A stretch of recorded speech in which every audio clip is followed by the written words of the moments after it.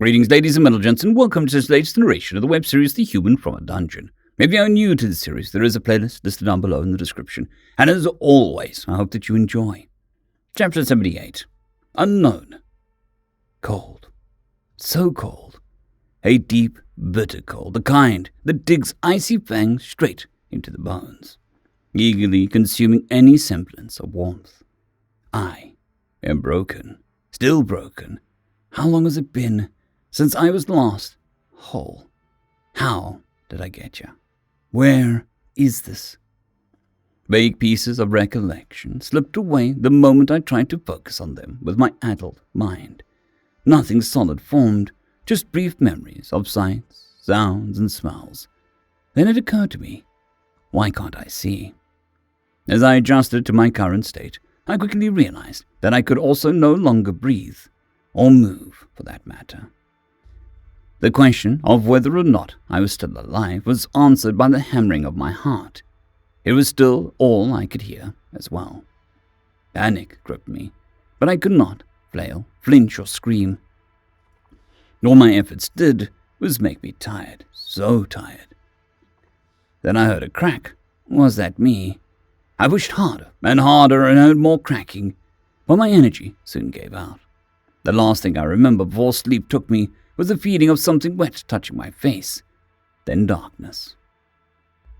A screech woke me with a start. Light, precious light was all I could see, and it warmed my skin. I blinked and rubbed my eyes until they were able to focus again.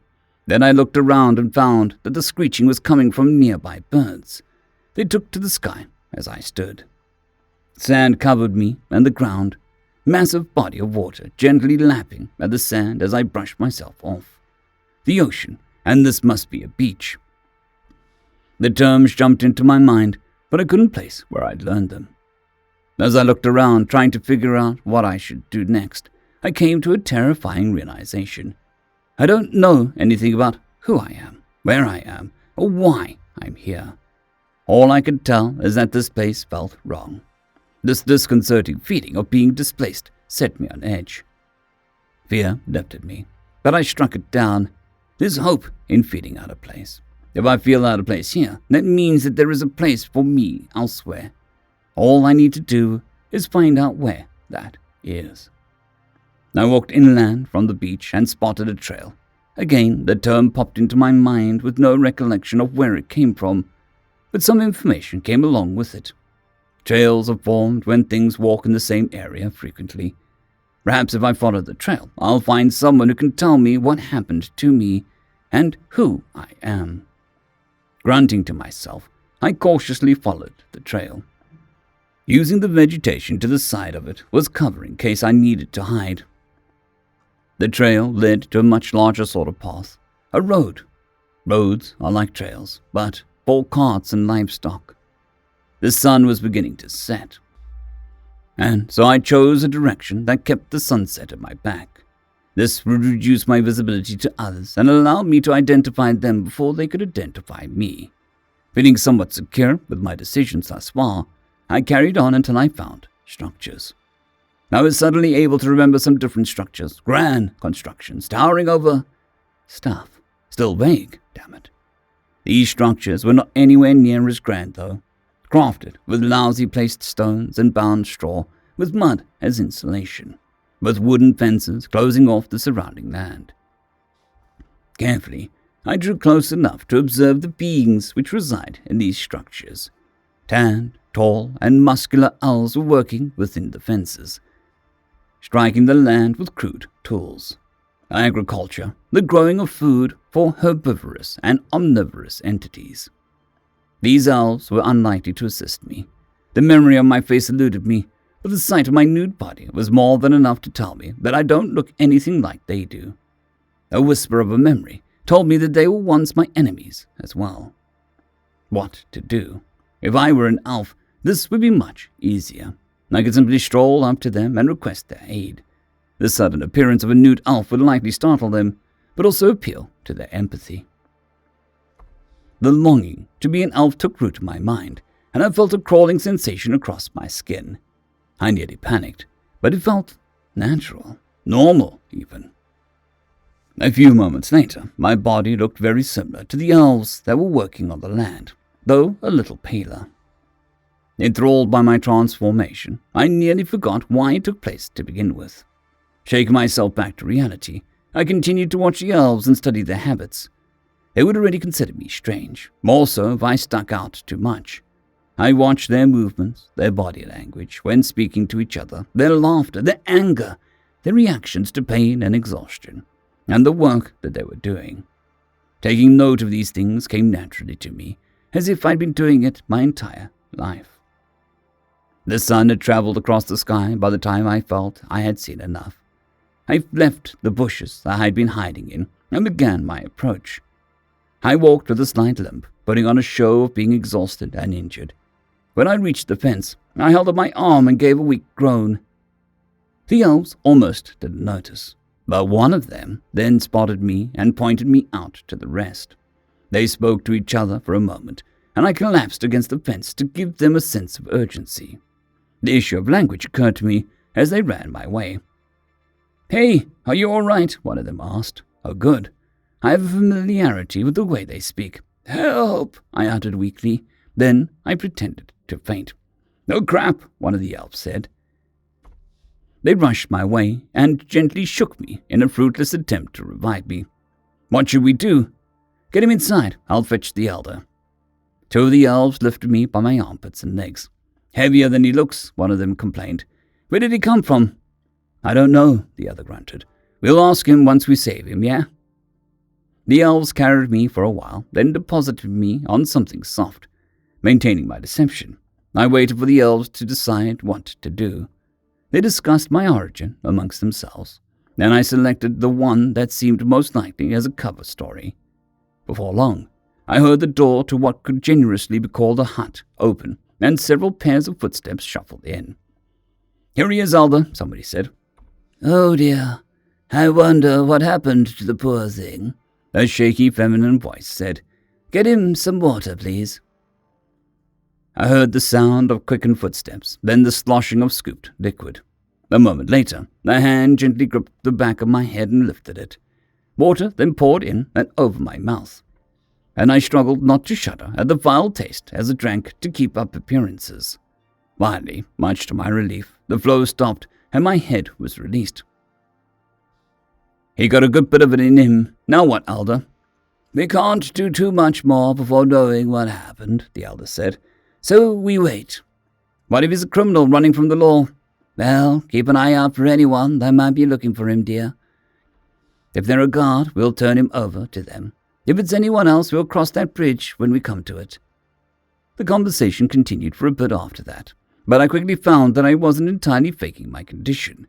I was extremely tired, and inadvertently fell asleep. When I awoke, I forgot my deception and opened my eyes to see an elderly elven female staring at me. "Hello there," she said. "I'm Elder Imyo. Who are you?" "I don't remember," I instinctively replied. I caught a glimpse of my elf-shaped hand and remembered my goal: infiltrate the elves and try to figure out how to restore my memories, or at least find out who I am, or what I am. Damn. I had an entire cover story planned out. Probably best to stick with what I know, though. "Do you remember what happened to you?" Imyo asked. As if prompted by the question, brief flashes of fangs, fire, pain, and darkness stirred within the recesses of my mind. I had been trapped, but I know not by what means. How did I escape? "No," I said. "All I remember is waking up on the beach and going to find help. I am very weak." "That's right. You collapsed just outside of Hant's field." She nodded solemnly, then smiled. "They grow tubers." "I see. What's a tuber?" The elderly elf raised an eyebrow at the question, but proceeded to explain to the best of her abilities. I had originally intended to pretend that I was attacked, but playing off my amnesia turned out to be a much better deception. A grain of truth within a lie makes the lie easier to swallow. We spoke at length, until Imyo volunteered to allow me to stay in the village. She had already received permission from the Hant family to allow me to stay in their stables. She took me to them, and they greeted me warmly. They then fed me a rather disgusting meal made entirely of plants, but I followed their lead and pretended to enjoy it. Then they took me to the stable and showed me a bed of straw that I could sleep in. Once they were asleep, I began to explore my surroundings. I found a rodent of sorts gnawing on a leaf in the fields and instinctively grabbed it, snapped its neck. Its life poured into me, and I felt a portion of my strength return. A hunger that I hadn't been aware of was sated, and I was left holding the corpse of a rodent. With barely a thought, I threw it towards the tree line where it would be unlikely to be discovered. Satisfied, I went back to the stable and meditated on a bed of straw until morning. In the morning, the elves came for me. They interrogated me about my well-being, then asked if I would like to work. Feeling much stronger than the day before and wanting to bolster their opinion of me, I agreed to assist with the fields, and thus began a routine. I would work the fields with the elves during the day and stalk for prey at night, taking care to dispose of the corpses accordingly. I learned several things about the elves during this time. Goatee Hant was the owner of the farm, was concerned for his daughters. They didn't seem to want to pursue mates or lives of their own, instead concerning themselves with what he considered to be minutiae. He took a liking to me almost immediately, treating me as a confidant and friend, a fool above all. Lifty Hant, the matriarch of the family, had been an adventurer of some renown before settling down with Goatee, whom she'd saved from a pack of beasts. Her main concern revolved around their son, Plaro, who was by all accounts as dumb as the tools he wielded in the fields. I was able to easily confirm this to be the case. The daughters Yura and Ora were twins and very close to each other. They enjoyed experimenting with different breeds of plants and were very eager to speak at length on their various discoveries. All quite boring, of course, but it was easy to get caught up in their excitement. If anything, it stirred my hunger. The sun rose and fell several times, and each time it did I learned more about the elves but very little about myself. Thankfully, consuming life only served to bolster my strength and was not a requirement for my continued survival. Still, it felt good, and as such, I left a miniature graveyard of small animals in my wake. I was, of course, careful to dispose of them outside of the village, where predators could take care of them. This continued for many days, until one day I saw something very strange. A trader had come to the village, but its elven features were as fake as my own. It also looked strikingly similar to my true form, but smaller, weaker. A strange instinct told me that it was less than I, a peon to be used as I saw fit. It appeared to have difficulty looking away from me, and I assumed that it could see my true form as well. Once it concluded its business, it set up camp on the edge of the village. When night fell, I snuck out of the stable and sought the creature out in the camp. "You shouldn't still be on this plane. How did you get here?" it asked as I approached. "I don't know," I replied, taking a seat by the fire. "I can't remember anything." "Really?" "Damn. I'm Thelmus the Immolator, named as such because of my skill with the various forms of fire and fire-related activities." Thelmus grinned wickedly, and the flame surged as if to prove his point. "Perhaps I can help you." "I suspect that you can, but why would you?" "You're a valuable asset to the kings. If I help you, I'll be rewarded. Plus, once you recover, you might view me favorably." "The kings? Who are they? Why am I valuable to them?" "The rulers of the hells. You're valuable to them because of your ability to shift and morph your body at will. My own disguise is a simple glamour, easily dispelled if one knows how. But you've actually changed your physical form. If it weren't for your aura, I wouldn't have recognized you at all. I can see how that would be useful. Was I a spy? You really have lost your memories. No. Not a lowly spy like myself. Such a task would be wasted on one such as you. You, my lord, can change your physical form, everything about you. You're able to make your muscles stronger than they should be. You're able to shape yourself so that you can move faster than anyone else. You can even fly, completely unassisted by magic. To top it off, your command of your body doesn't end with dismemberment. Your dismembered limbs heed your call as well, and you heal much faster than most." Thelmus chuckled as he shook his head. "You're practically invincible." "Then why am I not king?" I asked with a laugh. "Because the kings are stronger than you. They're so powerful that they can't even make it through the gates. Can't fit. As such, they're able to instantly annihilate you, but you are known for having potential. One day you might be strong enough to challenge them." Dalmas went on to explain that we are daemons, and he is here in an advanced scout in preparation for an invasion. Soon we will try to once again take these lands as our own. All the lives we can eat, which was certainly a tempting proposition given my current diet of small animals. But I wasn't able to give my entire focus to the stream quite yet. There was still one burning question that had not been answered. "Who am I?" I asked, once there was a lull in the explanation. "What is my name?" "Oh, right, apologies." Thalamus looked flustered. "I should have said right away." We stared at each other for a moment, then he cleared his throat and smiled.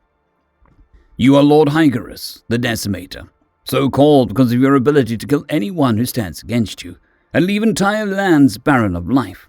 His smile turned into a grin as he bowed. "Welcome back, sire." It took a moment to process this information. I'm a high-ranking daemon, one that is nearly invincible. What exactly a daemon is still eludes me, though. Something I'll likely relearn in time, I'm sure. "Come with me, sire," Thalamus said. "We have much to do." End of chapter. I would like to thank our T5 members and patrons, Casper Arnholtz, Jon Creighton, Vidmori, 050, Dragzoon W.R.E, and Elijah Silvercross. Thank you very much.